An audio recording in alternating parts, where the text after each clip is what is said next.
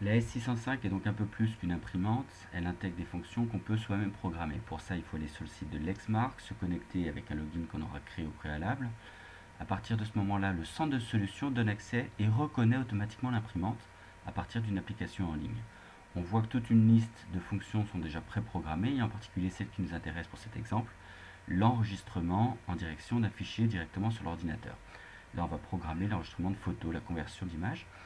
On sélectionne pour ça une icône, un nom d'application. Là, on va prédéfinir à la fois un endroit où sont stockées les images et le nom qu'on souhaite associer à ces images. Là, on donne un nom type vieille photo tiret, et après le tiret, ce sera l'ordinateur lui-même, enfin l'imprimante plutôt, qui remplira.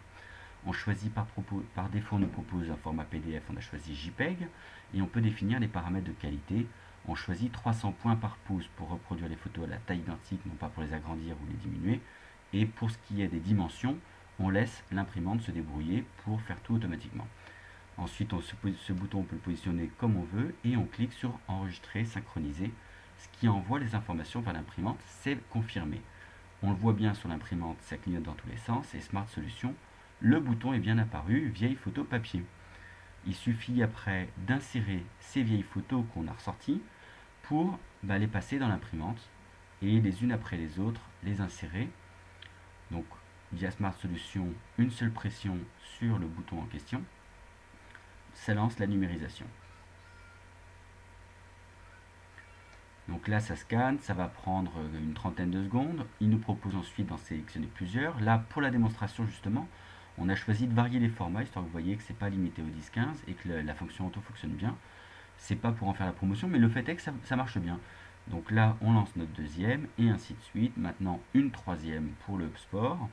On repasse sur du 10-15, histoire de montrer que ça n'a pas enregistré le format précédent. On continue.